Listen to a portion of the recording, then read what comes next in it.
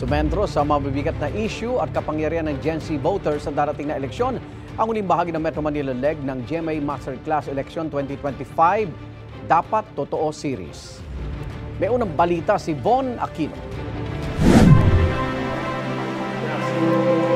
Mabibigat na issue at hamon kaugnay ng eleksyon ang tinalakay ng mga kapuso personalities sa harap ng mga estudyante mula sa 17 universidad at kolehiyo sa NCR sa pagtatapos ng GMA Masterclass Election 2025 Dapat Totoo Series NCR Leg. Kabilang narito ang mga problema ng sistema ng eleksyon sa Pilipinas na tinalakay ng award-winning documentarist at GMA Integrated News Anchor na si Atom Araulio. Kung gusto natin makakita ng mga pagbabago, dapat hindi natin tigilan.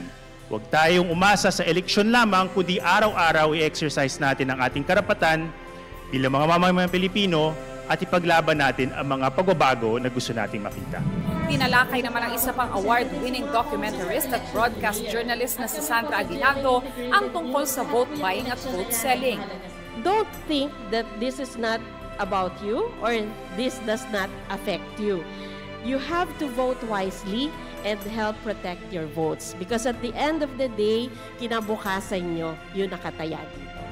Gamit naman ang mga datos, ipinakita ni GMA Integrated News Research Senior Manager Karen Mayrina ang kapangyarihan ng mga Gen Z voters sa eleksyon, gayong ito ang ikalawang pinakamaraming registered voters na sumunod sa millennials. Pag-evolve ng communications technology naman ang ibinahagi ni GMA News Online Editor-at-Large, Howie Severino. I want to encourage everybody here to have a documentation state of mind. Because when you document something, you are creating resibo.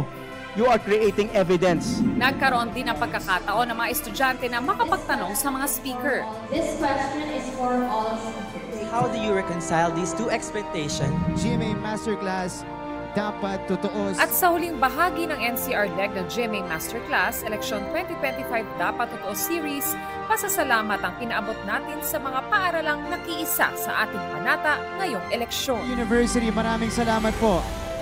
Dr. Jose Rizal wrote these words, "Ang kabataan, ang pag-asa ng bayan."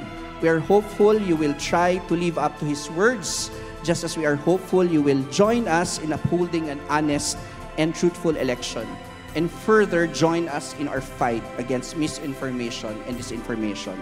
This event is an important venue for providing students with information, knowledge, and inspiration from leaders in various fields. Itong unang balita, Von Aquino para sa GMA Integrated News. Igan, mauna ka sa mga balita, mag-subscribe na sa GMA Integrated News sa YouTube para sa iba't ibang ulat sa ating bansa.